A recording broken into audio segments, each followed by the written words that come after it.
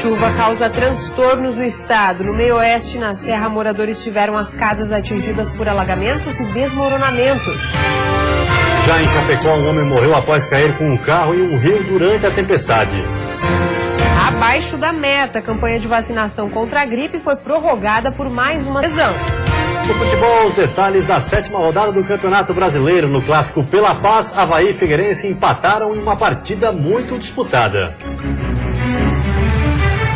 Pela Série B, a situação difícil do Criciúma, que perdeu mais uma e ficou a 1 ponto da zona do rebaixamento. E o frio que começou com força nesse início de semana no estado deve se repetir nas próximas horas. A previsão para esta madrugada de terça-feira é de ainda mais frio, com mínimas abaixo de 0, que podem chegar a 8 graus negativos aqui na Serra Catarinense. O Band Cidade desta segunda-feira já está no ar.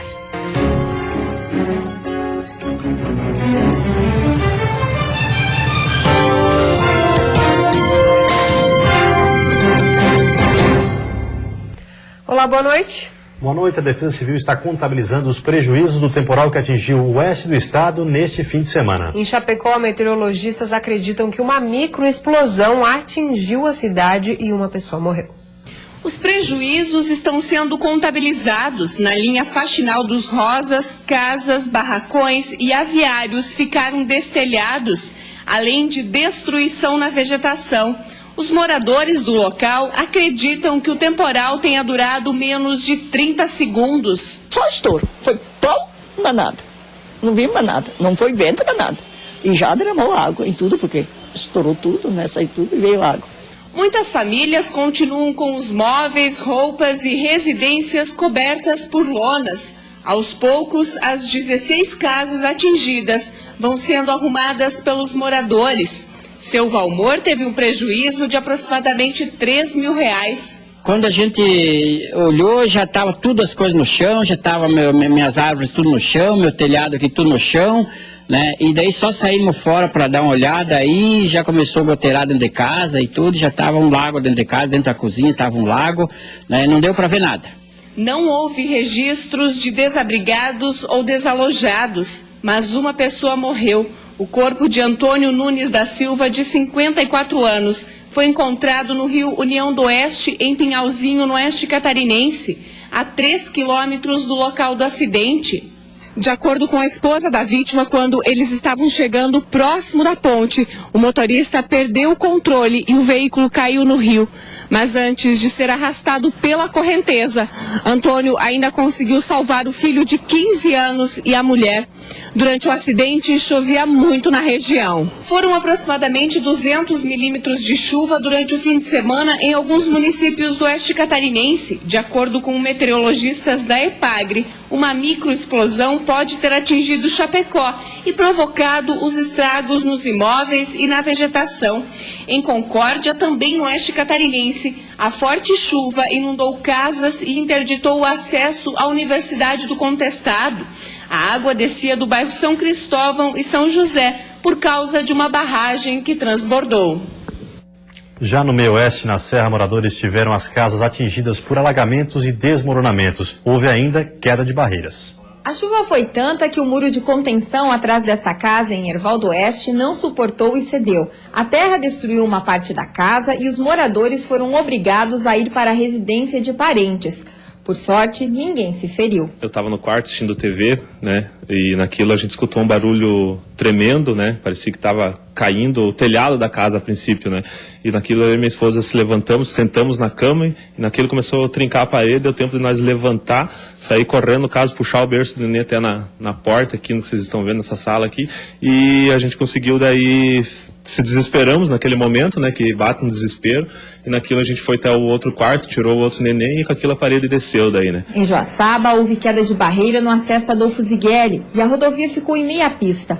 Hoje pela manhã, máquinas trabalhavam no local para retirar a terra. Na BR-282, entre Herval do Oeste e Herval Velho, outra queda de barreira. Nessa, o trânsito ficou totalmente interditado até por volta da 1h da tarde de ontem. Em Herval Velho, o rio que corta a cidade transbordou e inundou a área central. Entre Omerê e Três Itilhas, uma ponte foi levada pela força das águas e a comunidade ficou ilhada. Fraiburgo, Videira e Concórdia também registraram transtornos. Segundo a Epagre-Cirã, em Joaçaba, nas últimas 72 horas, o acumulado de chuva foi de 145 milímetros. Aqui no meio-oeste, em Campos Novos, Concórdia e Tangará, os volumes de chuva também foram expressivos, ultrapassando os 100 milímetros. Em Lages na Serra, além dos pontos de alagamento, o excesso de chuva provocou ainda o desmoronamento parcial dessa casa, que fica ao lado de um córrego no bairro São Luís. Depois da chuva, o tempo voltou a ficar firme com sol nesse início de semana no estado. E as temperaturas devem despencar nessa terça-feira em todas as regiões. O frio será intenso na madrugada e amanhecer com formação de geada em boa parte do estado. Na Serra, temperatura negativa, -1 grau. Frio intenso também no Planalto Norte, Vale do Itajaí e também no Oeste, onde as mínimas ficam entre 1 e 2 graus. No Litoral Norte, mínima de 10 e máxima de 17. Na capital, o dia também deve ser gelado, mínima de 5 graus. E o frio, mais uma vez, deu as caras em todo o estado. E, é claro, a Serra Catarinense foi a região que registrou as menores temperaturas dessa segunda-feira.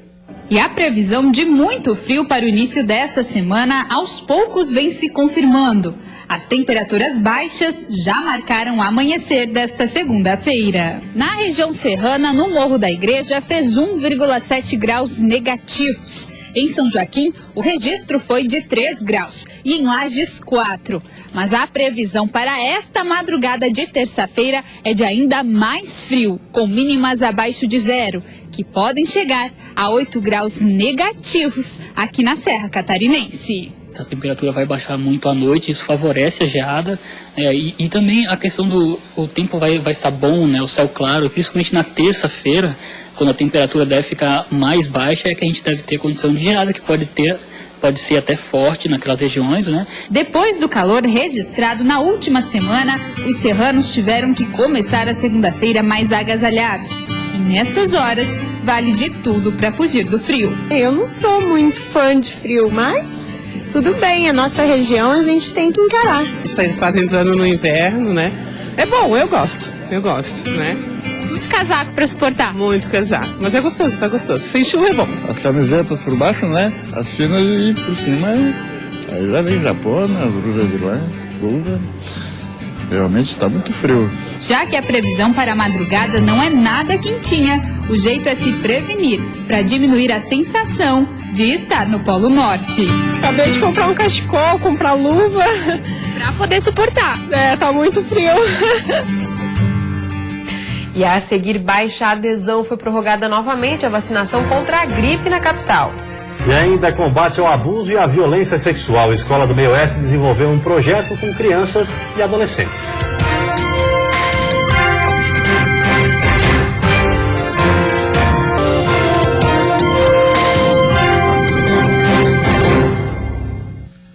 Um projeto desenvolvido em uma escola do meio-oeste do estado busca combater o abuso e a violência sexual de crianças e adolescentes.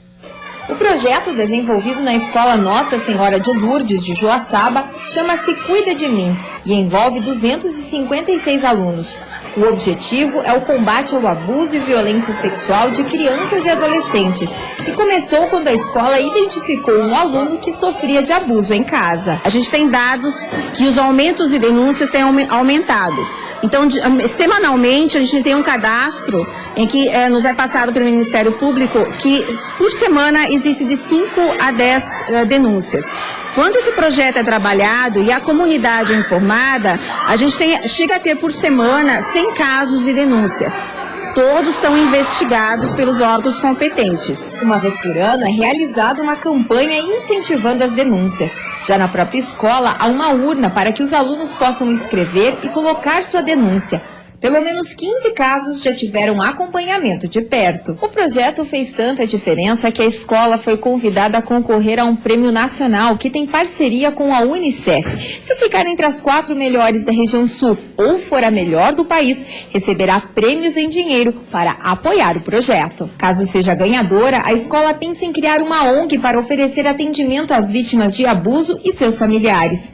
Mas, independente disso, todos já estão orgulhosos por estarem fazendo a diferença. A gente pode prevenir as outras pessoas para não sofrer abuso, essas coisas assim.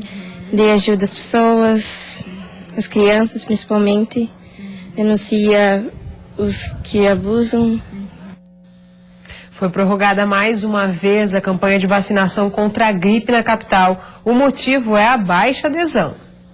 A decisão da Vigilância Epidemiológica é para tentar atingir a meta do Ministério da Saúde. Até a última sexta-feira foram vacinados cerca de 70% do público-alvo. A cada ano, um novo grupo prioritário é definido. Em 2015 estão inclusos idosos com 60 anos ou mais, trabalhadores da saúde, povos indígenas, crianças de 6 meses a menos de 5 anos, gestantes, mulheres que deram à luz em até 45 dias, grupos portadores de doenças crônicas não transmissíveis e funcionários do sistema prisional. Para receber a dose, basta procurar um posto de saúde da cidade até a próxima sexta-feira. A vacina é gratuita. A influenza é uma infecção viral aguda que afeta o sistema respiratório e é transmitida rapidamente. A transmissão ocorre por meio de secreções das vias respiratórias da pessoa contaminada ao falar, tossir, espirrar ou pelas mãos. A melhor forma de prevenir a doença ainda é a prevenção. E no próximo sábado, a Band transmite o Miss Santa Catarina. O concurso que evidencia a beleza da mulher catarinense acontecerá em Itajaí. A hora está chegando.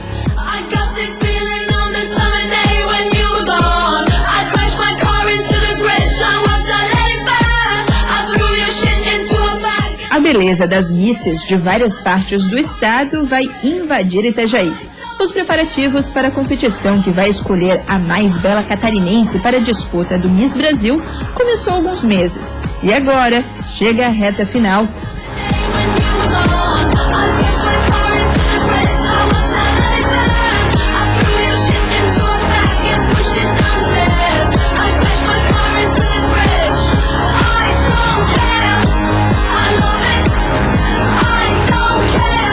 As candidatas tenham que vir com realmente bastante atitude, que é importante, que é a hora delas, né? Elas são obrigadas a mostrar o potencial delas ali, porque sabe, se naquele momento elas não produzirem o que elas se prepararam, pode deixar a desejar e não conseguir abiscoitar aí, né? Arrebatar uma classificação, para chegar no top 10. Nos próximos dias, as candidatas participam de uma agenda bem recheada. Vão passear em alguns pontos turísticos aqui da região, terão jantares e almoços com jurados, que vão avaliar cada uma e definir o top 10. Mas esse só será apresentado na grande final. Elas serão avaliadas também pelo comportamento, descontração. E depois disso tudo, o júri técnico chega à conclusão de quem serão o top 10, quem são as misses que ficaram como 10 semifinalistas. E também o top 5, que serão as 5 finalistas do concurso Miss Santa Catarina, logicamente serão anunciadas só na noite final, no grande finale do concurso Miss Santa Catarina 2015. E você já sabe, nós temos um encontro marcado. Sábado, a partir das 10h15 da noite, aqui na tela da Band, mais uma edição do Miss Santa Catarina.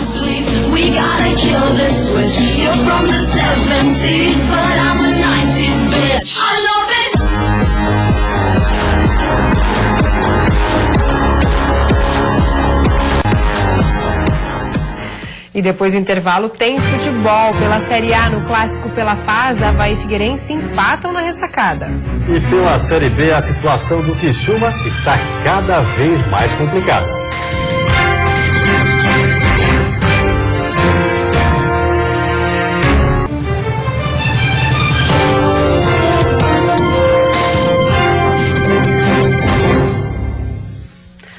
Futebol, o final de semana foi marcado pelo clássico da Paz entre Avaí e Figueirense pela Série A do Campeonato Brasileiro. Dentro de campo, um jogo pra lá de disputado.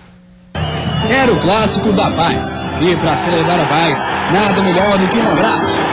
Mais abraço aos 49 do segundo tempo. Dentro da área, quando a bola está em jogo, é falta. Pênalti, melhor dizendo. Mas o juizão não viu. Pois é, mas antes de esse lance polêmico acontecer no finalzinho do jogo, nesse pedacinho da área, muita bola rolou. E apesar da chuva, rolou com qualidade aqui na ressacada. O Clássico da Paz também foi o clássico do futebol bem jogado. Com um gramado encharcado, os 8.000 torcedores que foram à ressacada poderiam até desconfiar que o jogo seria feio. Mas assim que a bola rolou, intensidade foi a palavra de ordem. Segundo Marquinhos Santos, esse jogo não tinha nada a ver com dar o troco pela eliminação na Copa do Brasil. Mas nada de dar resposta para ninguém, até porque já se ganhou muito clássico, já se perdeu muito clássico. Mas parecia. Logo no começo, Marquinhos colocou na cabeça de Jesse e Muralha se esticou todo para pegar. Espetacular, Alex Muralha mais uma vez! O Avaí continuou no abafa e com a bola escorregadia, a estratégia era botar na área para ver se alguém dava uma casquinha. Perna esquerda cruzado! Mas a defesa do Figueira parecia intransponível. E falando em defesa, se não teve casquinha do lado havaiano, teve super cabeceio de um zagueiro do lado alvinegro. O cruzamento de Ricardinho não foi muito forte. Mesmo assim, olha a força que Marquinhos colocou na bola. Sem chance para Wagner. 1-0 Figueira. Gol do Figueirense! O baque do gol, a chuva que não parava, tudo poderia contribuir para que o mandante murchasse no jogo. Isso se o mandante não fosse o time da raça. O Avaí continuou martelando, mas dentro da área a zaga alvinegra continuava soberana, comandada por Marquinhos. Até que o jogador do Avaí entendeu que dentro da área seria impossível. Alcançou! Do André Lima. E arriscou de fora. Anderson Lopes de longe! Golaço! A bola de Anderson Lopes ainda bateu no travessão e muralha nenhuma no mundo seria capaz de parar uma bomba dessas. Ele e o torcedor havaiano juntos mergulharam no êxtase. Com o fim do primeiro tempo, teve a troca de camisas entre os capitães. Gesto bonito para confirmar. Esse foi o Clássico da Paz. Na segunda etapa, os soldados alvinegros resolveram testar a estratégia de bater de longe. Primeiro, Cleitinho. Perna direita, jogou pra fora. Depois com o Ricardinho. E o Avaí acordou. E no Paraíba, numa tarde inspirada, tentava levar o time pra frente. Só que nenhum dos times conseguiu chegar muito perto. Então, hora de mexer. O Figueirense, outra vez, sofreu com as lesões. Paulo Roberto saiu machucado na entrada de Simon. Iago sentiu e deu lugar a Thiago Santana. Do lado do Avaí, reestreia de William, que entrou no lugar de Pablo. E André Lima deu lugar a Eduardo Costa. E foram dois substitutos que tiveram seus momentos de protagonistas. Do lado do Figueira, Thiago Santana, que recebeu esse passe e chutou pelo lado de fora. E do lado havaiano, Eduardo Costa. Aos 49, depois de bola levantada na área, é agarrado e cai. O juiz não marca pênalti e amarelo volante. Assim terminou o Clássico da Paz. Em paz, mas com polêmica. O lance, pelo que eu vejo, não é pênalti. Né? O Eduardo Costa se agarra no Denner e cai os dois. Os dois se abraçam, né? E dá para ver nitidamente que quem abraça mais é o Eduardo. Estou muito contente com a entrega desses jogadores, com a determinação, pelo que eles jogaram, pelo que eles correram hoje.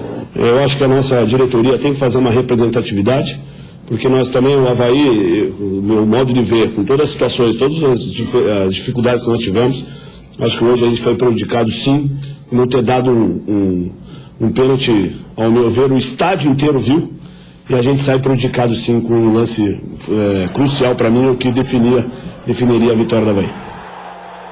E completando a 7ª rodada do Brasileirão, outros dois catarinenses, Joinville e Chape, não foram bem neste final de semana. O Verdão do Oeste não conseguiu superar a força do São Paulo e perdeu a invencibilidade na Arena Condá. E foi esse lance de extrema felicidade de Souza, volante são paulino, que derrubou os 100% de aproveitamento da Chapecoense na Arena Condá. Agora, no início da jogada, esta bola que bateu na mão de Luiz Fabiano gerou muita discussão. Uma infelicidade da interpretação, ele modificou todo o panorama do jogo em termos de resultado. Depois do gol do São Paulo, só deu o Chapecoense, mas as boas chances não surtiram efeito.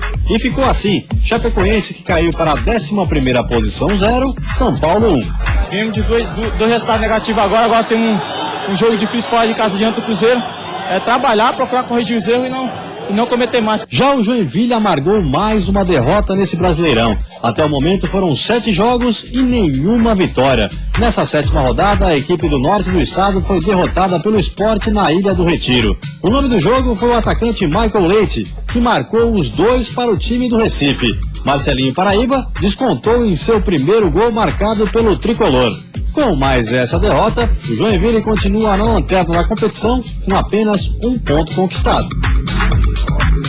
Já pela Série B, a situação do Criciúma está cada vez mais complicada. Jogando fora de casa, o Tigre deixou o Sampaio Corrêa virar o jogo e ficou agora a 1 ponto da zona do rebaixamento. O Criciúma saiu na frente. Cristiano tocou para Kleber Santana, que abriu o placar, 1-0. Mas não demorou muito para o Sampaio Corrêa empatar. William Simões bateu falta sem chances para o goleiro Luiz. Já no início da etapa final, Pimentinha cruzou e Jones fez o segundo do Sampaio Corrêa. O atacante Robert aproveitou o rebote do goleiro Luiz e ampliou. Fim de jogo no Maranhão, Sampaio Corrêa de virada 3, Criciúma 1. E a seguir, a oportunidade de comprar por menos. Leilão de veículos do governo do estado acontece amanhã em Lages. Na capital, o ministro do Turismo visita obras do Centro de Eventos no norte da ilha.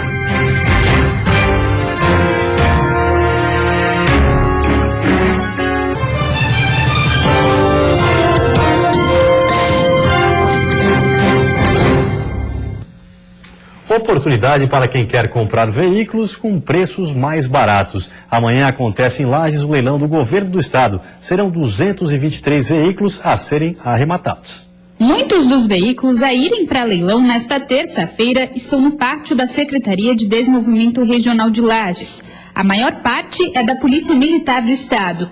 Os modelos e marcas são variados. Veículos que não são mais utilizados pela Polícia Militar ou Polícia Civil, né, em função ou carros batidos ou muitas vezes não compensa a sua manutenção. Algumas pessoas já aproveitaram para dar uma analisada nos veículos disponíveis. Seu Jardel é um deles. O comerciante veio de Belo Horizonte só para participar do leilão. Eu rodo o Brasil todo em busca de oportunidades. O leilão é oportunidade. A avaliação é baixa, você faz um cálculo que você gasta para deixar a máquina no estado bom de venda e vai lá, vai até no seu limite. Ao todo, 223 lotes serão ofertados. Os veículos já saem com a documentação. Além dos veículos, estão sendo ofertados também móveis e equipamentos eletrônicos. O preço mínimo varia de R$90 a R$8.000. E a expectativa é conseguir arrecadar mais de R$1 milhão, dinheiro que será revertido para o Fundo Patrimonial do Governo do Estado. O leilão acontece nesta terça-feira a partir das 9 horas da manhã no auditório do Colégio Estadual Nossa Senhora do Rosário. Uma comitiva comandada pelo ministro Henrique Eduardo Lira Alves visitou nesta tarde obras que prometem desenvolver o turismo em Florianópolis. O ministro do Turismo sobrevoou obras em andamento na capital e visitou a construção do centro de eventos no norte da ilha. Atrasado e sem prazo de entrega, o projeto de 18 mil metros quadrados teve início em 2009 e custou quase 27 milhões de reais em recursos estaduais. Nós temos a obra praticamente concluída. Se nós quisermos, em 2, 3 meses, ela pode ser inaugurada e completa, porque agora fica mais a parte de montagem. A duplicação e os elevados da SC 403 também estiveram na agenda. Os investimentos são catarinenses e federais, mas com o ajuste fiscal do governo, o ritmo dos trabalhos que deveriam ter sido concluídos no ano passado vai continuar lento. Já as obras no Aeroporto Internacional Hercílio Luz, que entraram no pacote de concessões do governo federal à iniciativa privada, devem ser retomadas e ter seu orçamento aumentado na ordem de R$1 bilhão. Mas o início dos trabalhos, apesar de prioritário, ainda pode demorar 1 ano. Um estado como Santa Catarina, um estado como Florianópolis, porque é beleza ou o mundo não tem um aeroporto ainda essa qualidade para abrir-se mais ao mundo. Eu acho que em boa hora a Betadinha faz essa concessão privada e tomara que vocês tenham a sorte e o crescimento nós estamos tendo no nosso estado com o aeroporto todo ele, concessão privada de qualidade. Depois o ministro se reuniu com autoridades do trade turístico na Assembleia Legislativa, a convite do deputado estadual Jean Loureiro, presidente da Comissão de Turismo e Meio Ambiente no Legislativo. A comitiva também estava formada pelo presidente do Instituto Brasileiro de Turismo. O catarinense assumiu o cargo neste mês. Nós temos potenciais que nem sequer estão sendo trabalhados no mar e nos parques naturais. Nós nem começamos o mar, nem começamos os parques ambientais. Só esses dois campos nos dariam uma enorme sustentabilidade para além do turismo de negócio.